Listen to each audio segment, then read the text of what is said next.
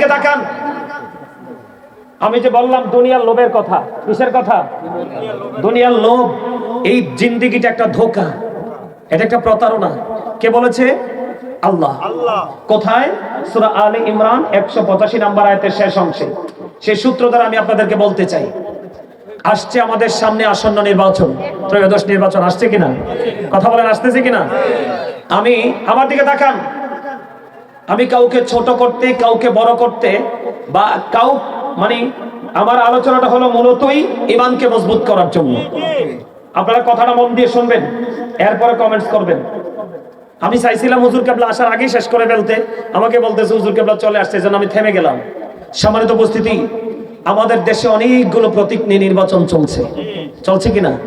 কিন্তু ইমানদারের জন্য, ইমানদারের ইমানটা, ইমানদারের যে ইমানটাকে ধরে রাখার জন্য বর্তমানে সবচেয়ে বড় হুমকি হলো একটা প্রতীক, দাঁড়িপাল্লা। কি কথা বলেন? কি দাঁড়িপাল্লা? আমার দিকে তাকান। তাদেরকে আমি অনেক আহ্বান করছি, এই বক্তব্যগুলো, তারা যে বক্তব্যগুলো দিয়েছে, যেই বক্তব্যগুলো কোরআন হাদিসের সাথে সাংঘর্ষিক, মুসলমান এগুলোকে মানতে পারবে না। সম্মানিত উপস্থিতি, সুপ্রিম কোর্টের একজন লয়ার, তার নাম হচ্ছে শাহরিয়ার কবির। টকশোতে গেলে কিন্তু লোকটা গরম করে ফেলে। ভাবতাম যে লোকটা অনেকটা ইন্টেলিজেন্ট হবে। কথা বললেন না কেউ? দয়া করে আমার বক্তব্যটা শোনেন। কালকে দেখলাম আমি প্রোগ্রাম শেষ করে যখন রওনা দিলাম, মোবাইলে দেখতেছি উনি বক্তব্য দিতেছে।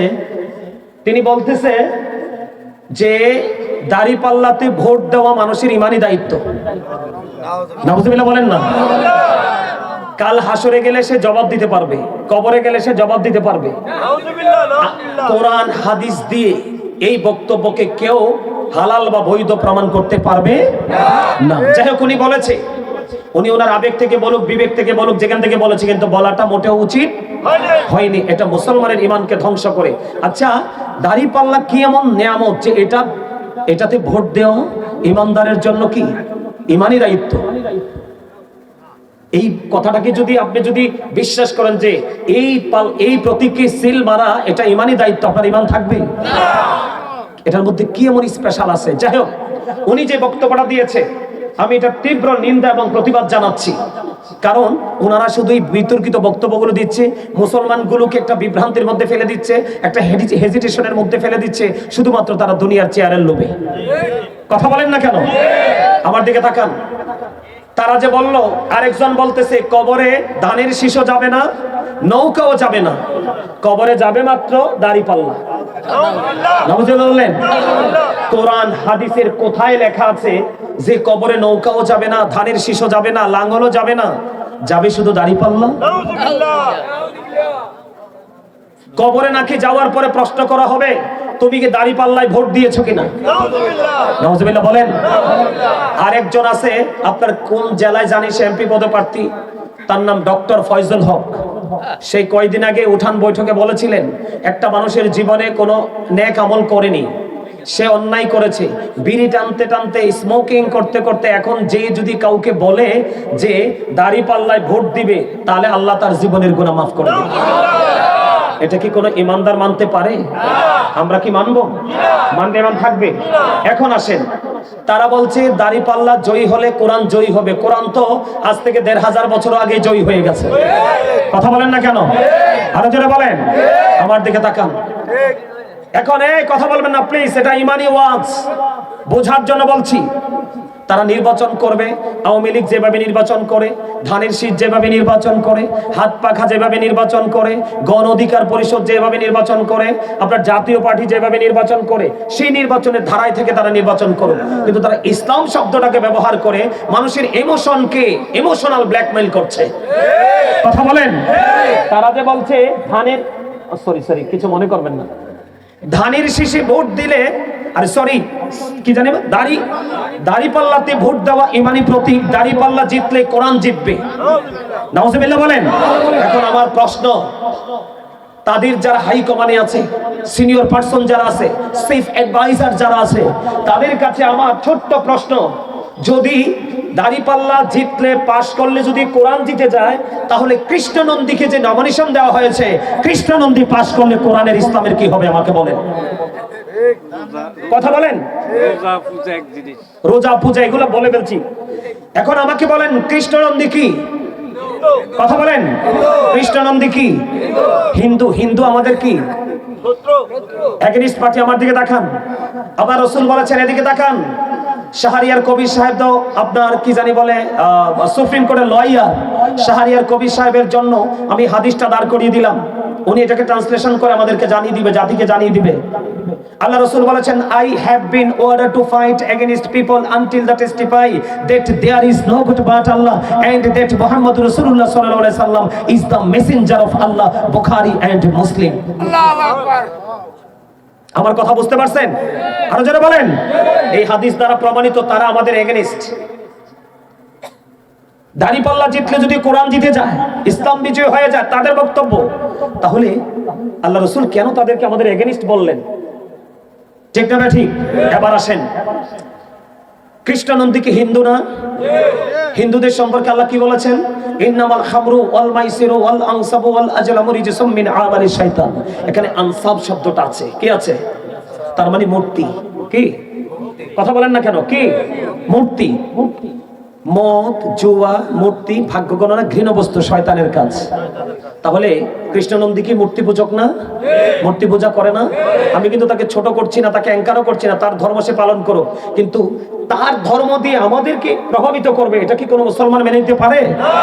কখনো কোনো মুসলমান মেনে নিতে পারে না। আমার দিকে তাকান, কৃষ্ণনন্দী যদি পাশ করে, আমি 1 মিনিটের জন্য ধরে নিলাম তিনি বিজয়ী হয়ে গেছে, ওই আসনেতে এমপি হয়ে গেছে, কৃষ্ণনন্দী যদি পাশ করে, উনি কিন্তু মুসলমানের ট্যাক্সের টাকা দিয়ে তার পূজা মণ্ডপ গুলোকে করবে, কি জানি বলে, সংস্কার করবে।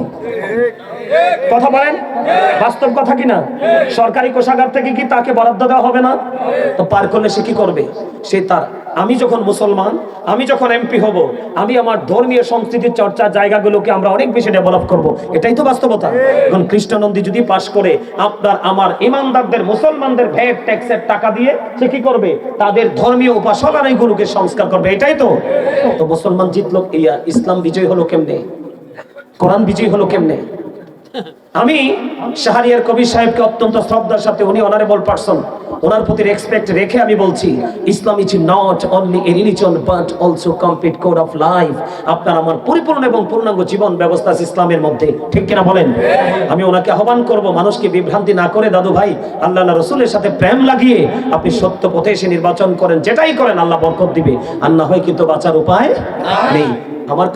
আমার কথা হলো, আল্লাহ বলেছেন ওয়াইদাতিল কাফিরিন, কাফিরদের জন্য আল্লাহ জাহান্নাম বরাদ্দ করেছে। কি আল্লাহ বলেছেন, ইন্নাল কাফিরিনা কানু লাকুম আদুওয়াম মুবিনা, the heretics are the eternal enemy of the believers. ঈমানদারদের প্রকাশ্য শত্রু হলো বেঈমান কাফেরেরা। তারা কত বেফাস মন্তব্য করে। গতকালকে আপনারা শুনছেন কিনা জানি না, ঢাকা বিশ্ববিদ্যালয়ের মেয়েদেরকে বেশ্যা বলে আখ্যায়িত করছে। নাউজুবিল্লাহ বলেন। বাবা মারা কষ্ট করে করে, পরিশ্রম করে করে বাচ্চা কাচ্চাকে আপনার বিশ্ববিদ্যালয়ে পড়ায় এই জঘন্য কথা শোনার জন্য।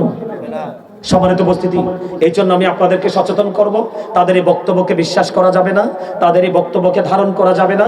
তাদের এই বক্তব্য বিশ্বাস করলে আপনার দুনিয়াও শেষ, আখিরাতও শেষ। আর জামাতের যারা চিফ অ্যাডভাইজার আছেন, তাদের সিনিয়র নেতৃবৃন্দ আছেন, হাইকমান্ডে আছেন, তাদেরকে বিনীতভাবে অনুরোধ করব, আপনারা আমাদের এই দেশেরই মানুষ। আর সবচেয়ে বড় দুঃখজনক কথা কি জানেননি? আমাকে বলে কয় আল্লাহ হুজুরকে হেদায়াত দান করুক। কাছে হেদায়েতকে আমার দরকার না, তাদের। কথা বলেন, তোমরা তো বিভ্রান্তিকর বক্তব্য দিয়েছো, এটা আলেম হিসাবে আমাদের দায়িত্ব কি? মানুষকে সচেতন করা, মানুষকে কি করা? ইনস্ট্রাকশন দেওয়া। আল্লাহ কি বলেছেন? ইয়া আইয়ুহাল্লাযীনা আমানু কু আনফুসাকুম ওয়া আহলিকুম নারা। আল্লাহ বলেছেন, save yourself and your families from the fire. আল্লাহ ঈমানদারকে বলেছেন, তুমি জাহান্নাম থেকে বাঁচো এবং তোমার আহলকেও জাহান্নাম থেকে বাঁচাও। ঠিক কিনা বলেন? সম্মানিত উপস্থিতি, এখানে জামাতের সমর্থক থাকতে পারেন, দাড়িপাল্লার সমর্থক থাকতে পারেন। আপনারা যদি জামাতকে ভালোবাসেন, আপনি জামাতকে ভোট দেন, আমার কোনো আপত্তি নেই। যারা ধানের শীষকে ভালোবাসেন, তারা ধানের শীষে ভোট দেন। কিন্তু আপনাদের কাছে আমার বিনীত অনুরোধ রইল, আপনারা ইসলাম নিয়ে ছিনিমিনি খেলার অধিকার নেই। আছে?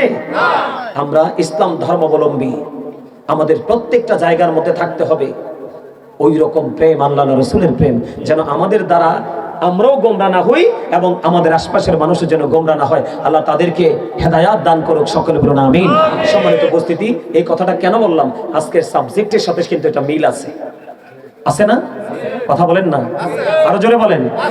আপনার এই কি জানি বলে, ওই যে ফয়জুল করিমের কথা বললাম, যখন সে বিড়ি খাওয়ার কথা বললো, আমরা কি করলাম? এটার প্রতিবাদ সারা বাংলাদেশের সব আলেমরা প্রতিবাদ করছে। করার পরে ফয়জুল করিম সাহেব বলতেছে, আমার এই বক্তব্য দেওয়ার কারণে 2 কোটি ভোট বেড়ে গেছে। নাউজুবিল্লাহ বলবেন না? আমি নিজে শুনছি, হুজুর কয় 2 কোটি ভোট বলে বেড়ে গেছে শুধুই। তার মানে কি? তারা কি জানি কয় স্মোকিং কি তারা প্রমোট করছে নাকি? এরকম বোঝায় না? স্মোকিং কে তারা প্রমোট করতেছে। সম্মানিত উপস্থিতি, আমরা মুসলমান, আমরা দুনিয়াতে কতদিন বাঁচবো জানি না, কিন্তু মৃত্যু হবে, মৃত্যু আমাদের অনিবার্য। অল মেন উইল ডাই, সকল মানুষকে মরতে হবে, ঠিক না বলেন? আমি আপনাদের সবাইকে বিনীতভাবে অনুরোধ করব, যেই দল ভাল লাগে সেই দল করেন। আপনি আপনার দলের নেতা নিয়ে আপনার মন খোলাসা করে আপনি কাজ করেন, কিন্তু ধর্মীয় অনুভূতিতে আঘাত দিবেন না। আমার কথা কি আপনারা কষ্ট পাইছেন? কষ্ট পাইছেন কেউ? আমরা এমন কোন বক্তব্য গ্রহণ করব না যেই বক্তব্য আমাদের ইমানকে, আমাদের ইসলামকে, আমাদের আমলকে প্রভাবিত করবে, ঠিক কিনা বলেন? সম্মানিত উপস্থিতি, আমি এতক্ষণ পর্যন্ত যে আলোচনা করেছি, আমার আলোচনা যদি কষ্ট পেয়ে থাকেন আল্লাহর রাস্তায় ক্ষমা করবেন, আর যদি ভালো লেগে থাকে আমার আলোচনার উপর ভিত্তি করে আমল করার চেষ্টা করবেন। আরেকটা দাওয়াত দিয়ে যাই, আমাদের শাহপুর